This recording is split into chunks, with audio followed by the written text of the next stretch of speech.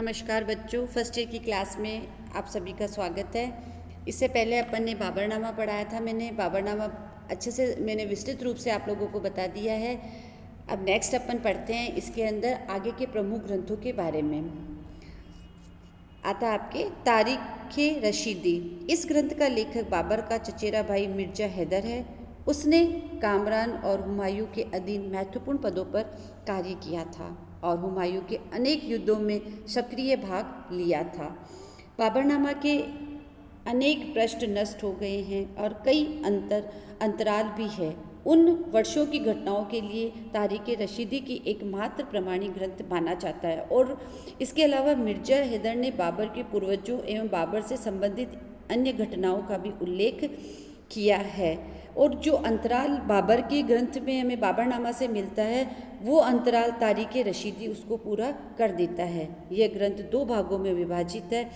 पहला, इसमें मुगलिस्तान एवं काशगर के मुग़ल शासकों के बारे में जानकारी मिलती है। दूसरा भाग में उन घटनाओं का उल्लेख है जो कि मिर्जा हैदर के जीवन काल यानी 1541 तक घटी थी, उनके बारे में जानकारी मिलती है। शेबानी खां के हाथों पराजित होने के बाद बाबर ने लिखा है कि इस समय मेरी बहन खाना बेगम शेबाक खान के हाथों में पड़ गई। बाबर ने अपनी कमजोरी छिपाने का प्रयास किया। मिर्जा ने स्पष्ट शब्दों में लिखा है कि बाबर ने अपने प्राणों की रक्षा हेतु अपनी बहन खानजादा बेगम का विवाह शेबानी खां के साथ कर दिया। सॉरी बच्चों। हुमायूं के कन्नौज युद्ध और उसके भाइयों के संबंध में इतिहास और कश्मीर तथा तिब्बत के वृत्तांत ने इस ग्रंथ की उपयोगिता को और भी अधिक बढ़ा दिया है।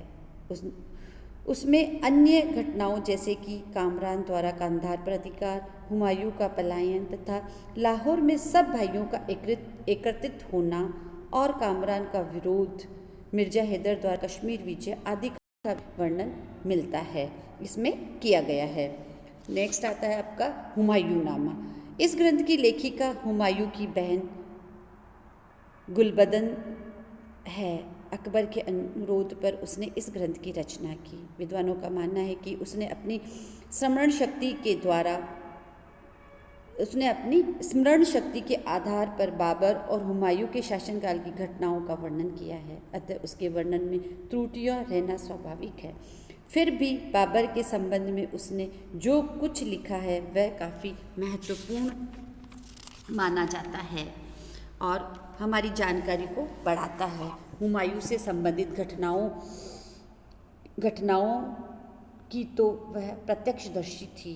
इस संबंध में रिजवी ने लिखा है कि स्त्री होने के नाते गुलबदन बेगम ने युद्धों का संक्षिप्त विवरण ही दिया है, परंतु उसने मुगल हरम के जीवन तथा हुमायूं के पलायन का रोचक विवरण दिया है। कुछ मामलों में लेखिका ने हुमायूं की कमजोरियों पर पर्दा डालने का प्रयास भी किया है तथा मालदीव के बारे में पक्षपात किया है। कुल मिलाकर ऐतिहासिक दृष्टि से यह ग्रंथ महत्वपूर्ण माना जाता है।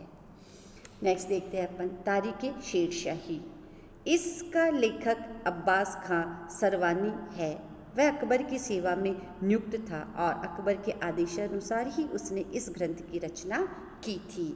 अफ़गानों के संबंध में जितने भी ग्रंथ लिखे गए उनमें तारीख़ शेरशाही सबसे महत्वपूर्ण ग्रंथ माना जाता है। इसमें शेरशाह और इस्लाम शाह के समय का विस्तृत विवरण दिया गया है। इस ग्रंथ की सबसे बड़ी कमजोरी यह है कि लेखक ने घटनाओं की तिथियां नहीं दी है और इसके लिए हमें अन्य ग्रंथों का सहारा लेना पड़ता है, लेकिन फिर भी ये ग्रंथ अपने आप में अपनी इतिहास में अपनी एक जगह रखता है। नेक्स्ट आता है आपका अकबरनामा। इस ग्रंथ का लेखक अकबर का प्रमुख दरबारी अबुल फजल है। उसका पिता शेख मुबारक और बड़ा भाई अबुल फेज भी उसी के समय सम्मान सुप्रसिद्ध विद्वान व्यक्ति थे। इस विशाल ग्रंथ को दो भागों में विभाजित किया जा सकता है। प्रथम भाग को भी दो हिस्सों में विभाजित किया जा सकता है। प्रथम भाग के दो हिस्से में फर्स्ट भाग आता है अकबर का जन्म, तैमूरियों की वंशावली, बाबर तथा हुमायूं के राज्य का विस्तृत विवरण और दूसरा भाग आता है उसमें है अकबर के सिंहासनारोहण से लेकर 17वें वर्ष के मध्य तक का हाल। यह भाग 1596 ईस्वी तक पूरा हो पाया था। दूसरे भाग में अकबर के शासनकाल के 17वें वर्ष के मध्य से लेकर 96वें वर्ष तक का वर्णन है। अबुल फजल के बाद प्रथम भाग के दोनों हिस्सों को अलग अलग करके नकल किया जाने लगा और उन्हें अकबरनामा भाग 1 और भाग 2 के नाम से पुकारा जाने लगा। दूसरे भाग को भाग 3 कहा जाने लगा। इस प्रकार अकबरनामा 3 भागों में विभाजित हो गया। अबुल फजल का प्रमुख दरबारी ही नहीं अपितु उसका घनिष्ठ मित्र तथा सलाहकार भी था। वह तुर्की, अरबी, हिंदी और संस्कृत का विद्वान भी था। उसने राजनीति, नैतिकता, दैनिक आचार विचार और धर्म संबंधी अनेक पत्र लिखे हैं। दर्शन, साहित्य, इतिहास तथा अन्य शास्त्रों का वह मर्मज्ञ विद्वान था। उसकी भाषा जटिल और आडंबरपूर्ण है। अकबरनामा के ऐतिहासिक महत्व का विद्वानों ने अलग अलग मत व्यक्त किए हैं। कईयों ने उसकी त्रुटियां भी बताई है तो कईयों ने उसकी बहुत ज़्यादा सराहना भी की है। नेक्स्ट देखते हैं अपन आईने अकबरी।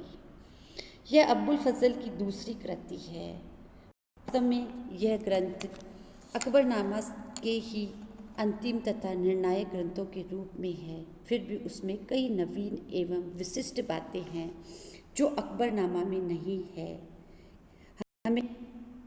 हमें अकबरनामा का परिशिष्ट कह सकते हैं। इस ग्रंथ के भी 3 भाग हैं।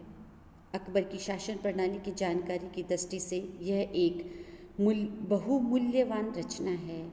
इसके महत्व की चर्चा करते हुए कई विद्वानों ने इसके बारे में प्रशंसनीय वक्तव्य दिए हैं।